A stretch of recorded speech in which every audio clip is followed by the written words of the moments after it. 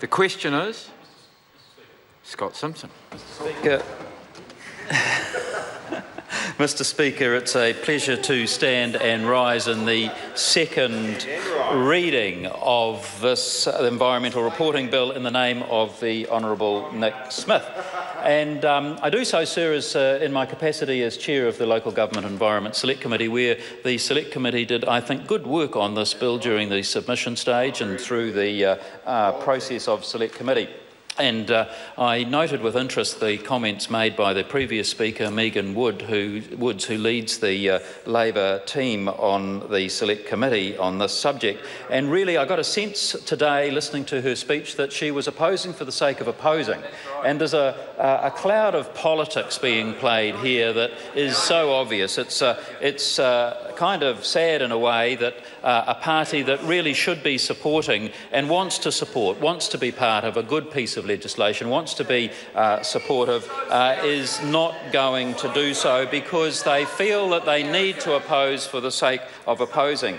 So this is a bill that creates a national level of environmental reporting system and puts that in place, and the objective is to ensure that reporting happens on a regular basis and that ensures that the reports that are created and generated will be able to be trusted by the public as being independent, fair and accurate. And I think that the bill in its current form will neatly achieve that, sir.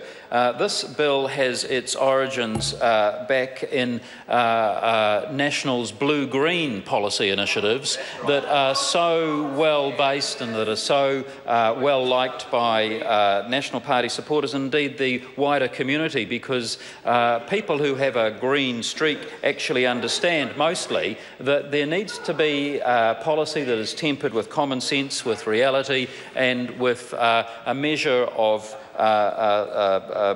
brand awareness that is something more than just done in absolutes. So this is a Blue-Greens initiative, and the Honourable Nick Smith made reference to that during his second reading speech only the other night. It was, as Megan Woods indicated, part of a policy that we put to the electorate, and I'm very pleased now to be part of a government that is bringing that to fruition.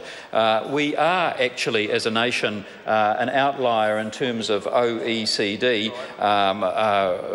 We are probably the only member of the OECD that doesn't currently have a statutory framework for environmental reporting, and this bill puts that to right. It's an anomaly that we are out of step, and it goes against what we like to know as our clean green image. So this act or this bill will ensure that we get into line in a way that is meaningful and purposeful.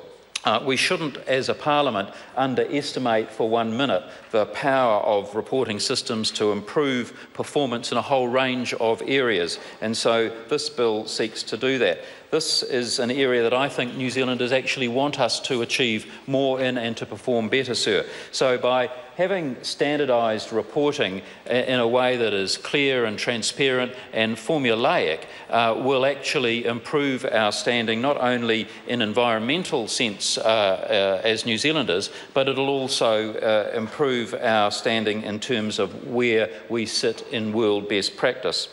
By having standardised reporting in areas like water quality, air quality and how well we're doing in protecting our biodiversity and survival of our most important species like kiwi and what sort of job we're doing in managing our oceans, we'll have a much better view, and it'll be a good step along the way to ensuring that future generations have the same access to a quality environment that we enjoy today.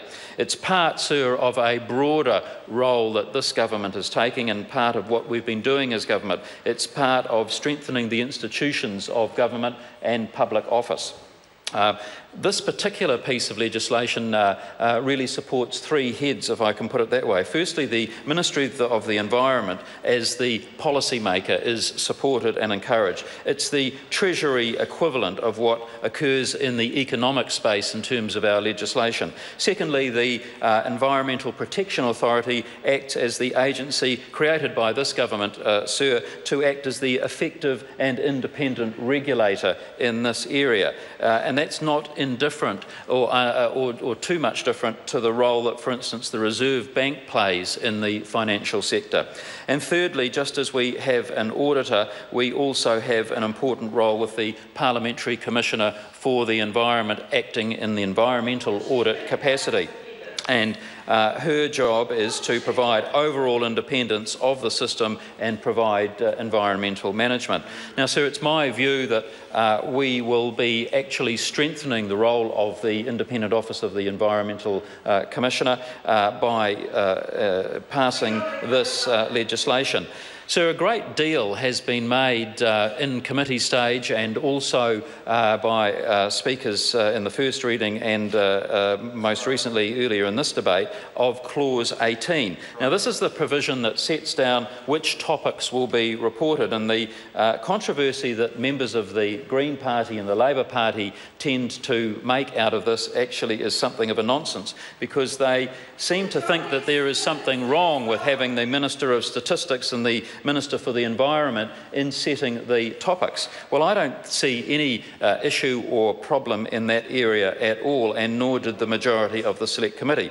Well, the first thing I'd like to point out is that this legislation makes plain the 5 domain areas that the topics must cover. So they're going to be set out in the legislation. There won't be any ability to wriggle out of those. There won't be any ability to change those unless it's by further amendment to this statute. So that those 5 domains are cast in stone. The bill goes further and requires the process of public consultation with the government statistician and with the Parliamentary Commissioner for the Environment. It goes further in requiring consultation with the public, with iwi, with local authorities, and each of those subjects will be discussed with those various stakeholders. But the problem for members of the opposition who are wanting to hang their hats on Clause 18 is that these provisions that are in this piece of legislation are, sir, exactly the same as exist in our financial legislation. And so that's not being for 1 minute considered by them as something that we would want to change. And so why is it good enough for our financial institutions and our financial ministries and the reporting of financial matters and the dollars and cents of state to be perfectly adequately governed and monitored by the appropriate ministers, but not so in the environmental area? I can't see the logic of that, and I think that it goes to the point that actually the opposition on this matter, sir, are really just playing politics. They're really just opposing, really just for the sake of opposing. And in their hearts, they know that the position that they've taken on this bill is actually right in terms of the main thrust of it, but the point that they're hanging their hat on in terms of opposing it is actually dancing on the head of a pin, and they just can't bring themselves to support the government in this very good piece of legislation. In any other arena, they probably would support, because the detail of it would be of such small consequence that they in fact would not be willing to cast it asunder in order to oppose it. As Nick Smith said the other night, it's just crude oppositional politics, and I concur with him on that. This is a bill, sir, that will ensure that New Zealand does not just brand itself internationally as being clean and green, but that in fact we now report and monitor on our status in that term of being clean and green. What this bill will do is will give an honest, open reporting environment on the environment and just how we are doing. It's the sort of bill that a national government will always support and will champion, because it's pragmatic, it's sensible, and it goes to the heart of the blue-green philosophy that we have as a government. We're a practical government that wants New Zealanders to achieve economically, but at the same time we want to support and encourage and conserve our very precious natural environment. This bill and the reporting mechanisms that are established in it go a very long way to ensuring that we come to be world best practice in terms of our OECD role, and also because we want to make sure that future generations of New Zealanders have the same access to the beautiful, clean and wonderful, pristine environments that we make so much of and enjoy so much of as a nation. How we manage those resources are important to us as a nation. So this is a good bill. I encourage members to support it and not to play politics with it. It's too important for that. I commend it to the House. Sir William Seal. Mr. Speaker, I had difficulty